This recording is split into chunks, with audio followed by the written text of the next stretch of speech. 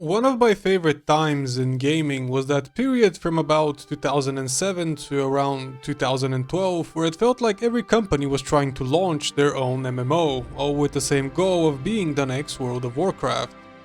As an MMO fan who couldn't always afford the monthly sub, those years were a goldmine. I've played everything from Perfect World to Rift to even more obscure titles like Rapos. I bet you haven't heard that name in a while. And while some games have come close since then, most recently Final Fantasy XIV, it's probably fair to say that none of them have ever truly toppled the giant that is Warcraft. Which got me thinking recently, what would a World of Warcraft killer in 2026 actually look like? There's been plenty of discussions like this before, of course, and I'm definitely not the first to broach the topic, but I'll do my best to add my own unique perspective to the conversation. I've broken my thoughts down into 4 rough categories, and we'll go into each of them in more detail as they come up. Let's start with art style and general presentation. It's the first thing that people notice when they decide whether to try out your game or not.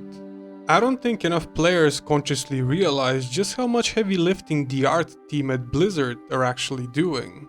Regardless of how you feel about each expansion, you can't deny that 9 times out of 10 the visuals always deliver, even when the story and gameplay don't.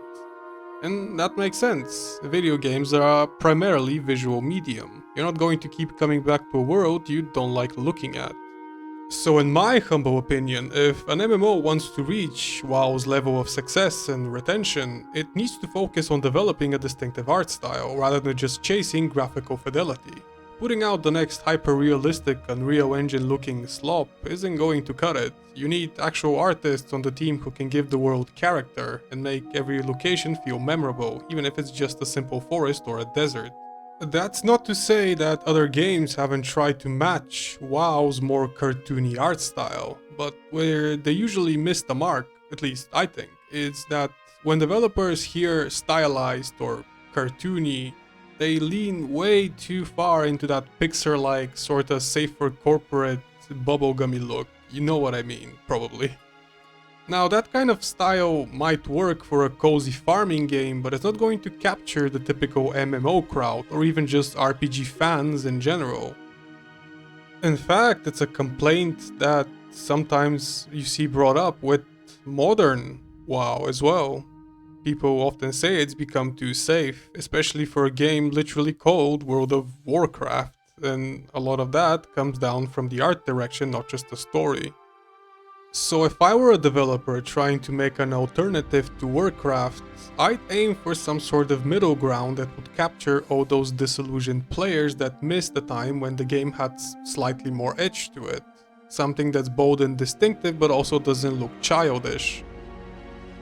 Personally, there's a game called Battle Chasers Nightwar, based on the Battle Chasers comic book.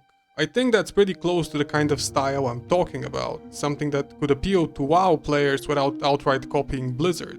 People are starving for more mature stories that still have that epic fantasy feel, so I say give it to them.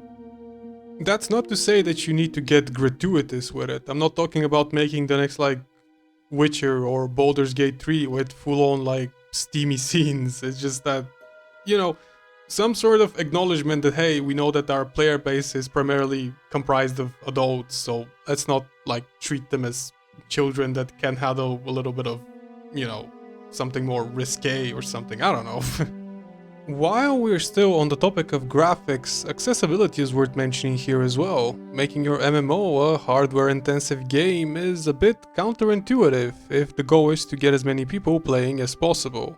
Some of the biggest MMO player bases are in countries where owning a gaming PC just isn't feasible. I should be able to run this game on my wife's laptop without it sounding like it's about to burn a hole through the table.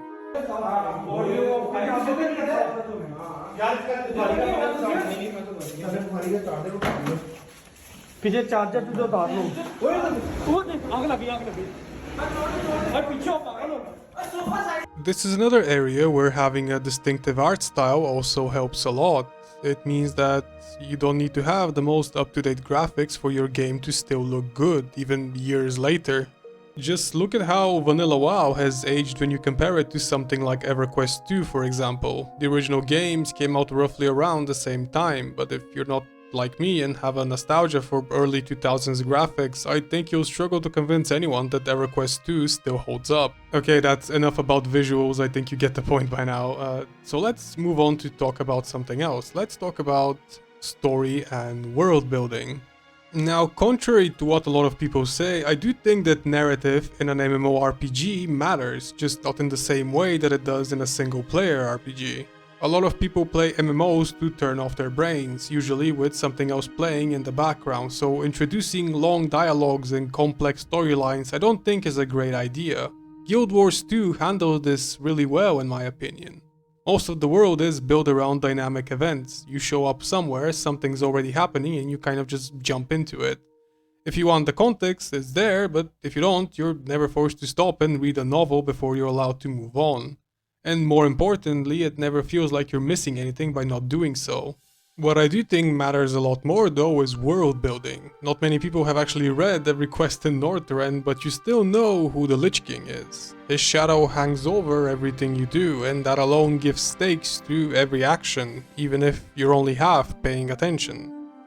You don't need NPCs monologuing to you to make the world feel coherent, you just need a strong sense of place and a clear goal. And maybe a few memorable characters that tie everything together. Because again, if you want your players to keep returning to this world, you have to immerse them in it somehow. And relying on exposition in a MMO game, I feel at least, just doesn't work as well. The easiest remedy to that would just be to use an established property. Now that's not a guarantee that it will succeed, many games have proved that over the years, but it does help since players already know what's going on and why they should care. The other option would be to do what Blizzard does and sell you on the premise using trailers and cinematics to get people excited, but that's obviously a lot more difficult to pull off, especially with a brand new IP, and frankly it almost seems like a lost art form that few gaming studios still possess. Okay, and finally let's talk about gameplay. I think there are two schools of thought here as well. One would be to basically make a better version of classic WoW. It's what people have been asking Blizzard to do for years after all. Take the parts of classic that most people praise, cut out the fluff, and build a game with identical but more focused design philosophy. It should be accessible to new people, but not so much that it feels casual. I'd stick with tap target combat, maybe a slightly flashier version closer to retail. Action combat is cool, but 1, you're always sacrificing performance, and 2, anyone with slower internet connection is kinda screwed. Not saying I personally wouldn't like it, but even from a marketing standpoint, keeping it traditional is probably the safer option. Assuming this hypothetical new game covers all the points I mentioned before, it has a real chance to succeed, I think. Just look at the interest people have in private Classic Plus servers. There's a market for an alternative to what Blizzard is offering now more than ever. I guess the other option would be to completely turn the MMO formula on its head and make something that draws in people who normally don't play MMOs or have gotten kind of tired of it. Honestly, I don't even know what that would look like. For example, a hardcore, primarily PvP-focused MMO has always appealed to me in concept, but in practice it's been tried many times and never really worked to any especially great level of success. Whether that's due to uneven faction balance, small populations, or the simple fact that you can't play it casually and still stay relevant, there will always be that super dedicated crowd that makes it less fun for everyone else trying to compete.